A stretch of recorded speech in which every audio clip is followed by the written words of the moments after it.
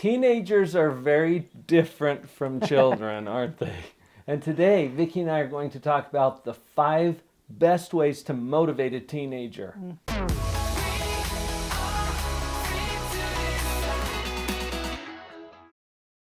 I've had a lot of people over the years who explain that this isn't my kid. Hey, my kid wouldn't do that. What is that? And it's not their kid.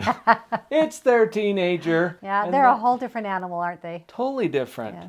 So we handle them differently. Now, when I say totally different, it's the same person. As children grow and develop into teens, they become more autonomous. They want to have more independence. Yeah, they kind of assert their independence. And, they're trying to make sense of the world, so they're kind of learning new rules about how things work, how they interact with the world, how the world responds to their interactions. And that leads to the first of these 5 steps, which is to respect their intelligence and autonomy. Now, this could be tricky because, we kind of say a joke that their brains don't arrive until they're 35. Yeah, and so it might be a little bit challenging because some of the way that they process things won't feel as intelligent to you, but recognize that it is their intelligence. They are learning. With a toddler, when they fall down, we don't say, you are never going to learn how to walk. We don't just give up on them. It's part of the process. And I think we need to remember that their intelligence is growing. It's evolving, the way that they see the world and how they interact with the world. It's all evolving. And as we show them a little respect for that, or at least respect that process in them, we're able to be more motivational to them. Remember, one of the most important developmental tasks that your teenager is going through is establishing this independence and autonomy. And so for you to respect that and acknowledge that in ways that shows them that you get it, that you understand that they have come a long way. They're not a little kid anymore. Right. That carries a lot of weight. And I think we forget sometimes that the whole idea is for our children to grow up and become autonomous from us. And so as they start pushing and exerting some of that autonomy, it's natural to kind of pull back and, whoa, things are changing. But if you can learn to respect it, it goes a long ways with motivation. Absolutely. One way that we respect their autonomy is by respecting choice. And this is actually a way to empower your teen. So number 2 on our list today is to empower through respecting choice. I feel like this one can be really challenging for a parent. Yeah. For a lot of reasons. One, our life experiences have kind of modeled and molded the way that we make our choices. The way you made choices at 15 isn't anywhere near, hopefully, the same way you're making choices at 35, You've 45, learned some 55, things, right? Yeah. And so it's very easy to want to kind of influence and maybe even behind the scenes dictate the choices because you're coming at it with a different viewpoint. You're coming at it with lots and lots of experience. And but we need to let them have their choices and realize that as they learn, they're going to be able to gain that same experience so that their choices can be better and better all the time. Now remember, this is all about how to motivate a teenager, and what we're going for is a more internalized motivation. And so acknowledging and respecting choice is a way to shift some of the control from you as a parent back over to them as a teen. And it gives them a sense of empowerment to feel that their choices matter. If you feel like your choice doesn't matter, you're not very motivated to do things. Now, that doesn't mean that they've got carte blanche with all choices and all of the resources that we've ever given them, right?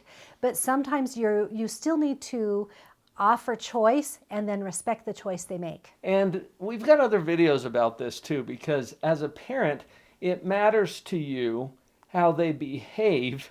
And so we structure the choices in such a way that you can acknowledge and respect their choice, but it still optimizes the possibility that you're going to get the outcomes you're looking for. That's kind of a different video. Right. So we'll just go with that for now.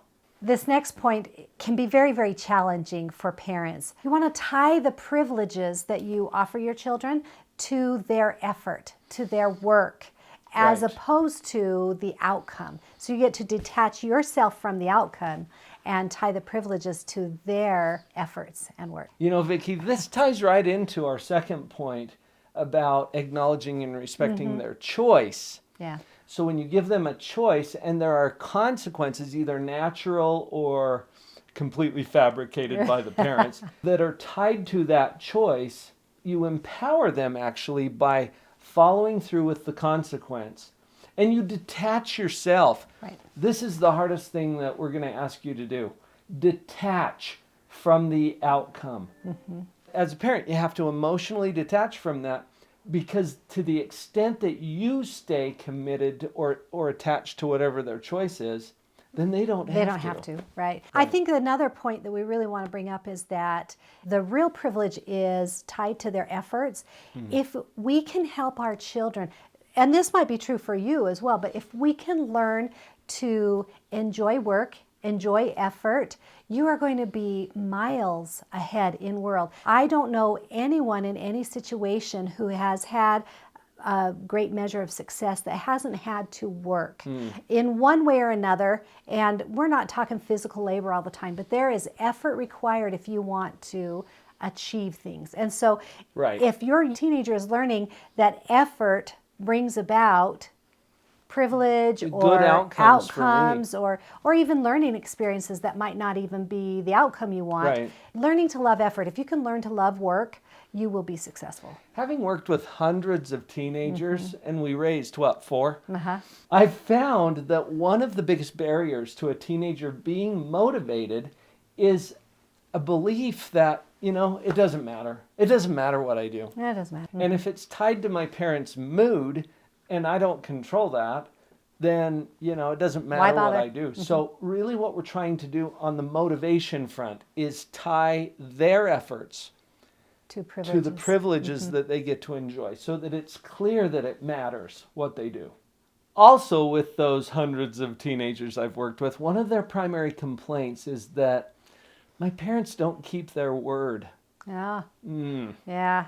That's a hard one. Well, sometimes we say things in the heat of the moment that we don't really mean, or our teenager actually does something that qualifies themselves for something we promised, but we didn't think they would, so we weren't really serious about following through with that promise. Do you see how this gets messy? You know, we've talked about this so often with the choices that we give our kids in disciplining and things. Don't offer a choice you're not willing to follow up with. And so that's just something we get to work on ourselves.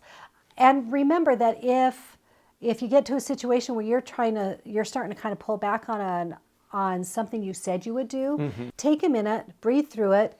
You can do over, talk to your child about it. I mean, if they learn that negotiation and dialogue is important in life, what a great lesson, right? Yes. So be willing to follow through and then just do it. Say what you mean and mean what you say. And like Vicki said, at those times when you get out of alignment or out of integrity with your word, acknowledge it, own it, apologize, ask for a do-over. Be upfront about that, because they're going to need to learn that as a life skill anyway. I wonder what the last one might be. Well, we actually had 4 specific to this topic, and then one that we've got to remember, no matter what we're doing with our children, your job as a parent is to love them no matter what, and even if. And this is so important, because I don't know any teenager that hasn't gone through a time when they don't feel particularly lovable for themselves. And so they are looking for opportunities to corroborate that story that's going on in their head, that the world doesn't love them or their parent doesn't love them. So make sure that you are sending the message, I love you. No matter what, and even if. You know, part of the clinical syndrome of teenage, did you know that's a clinical syndrome? Is that they naturally go through some self-doubts and they're just trying to wrap their head around who they are and where they fit in the world. So it's going to come up, even if you're doing the best job you can as a parent to send that message. The other important thing about this step, though, Vicki, is what it does to your mind. See, if you think your job is to make sure that anything. Never get in trouble. Never do that. Right, yeah. Good upstanding citizens, get their homework done, finish their chores, whatever. If you think that's your job, You're going to feel frustrated. You're going to annoy them. And they won't be motivated. Right. And you're not very good at that job anyway. So you're fired. Let's get back to your true job, which is to love them no matter what. And even if they're not motivated, still your job. I know parenting can be a challenge. It can be difficult, but we've got your back. I don't know if you were aware of Live on Purpose Central. Would you come and visit us over there? There's a link in the description for Live on Purpose Central where you will find the resources you need to be that parent you've promised yourself you would be. Her head was down, face locked onto the phone.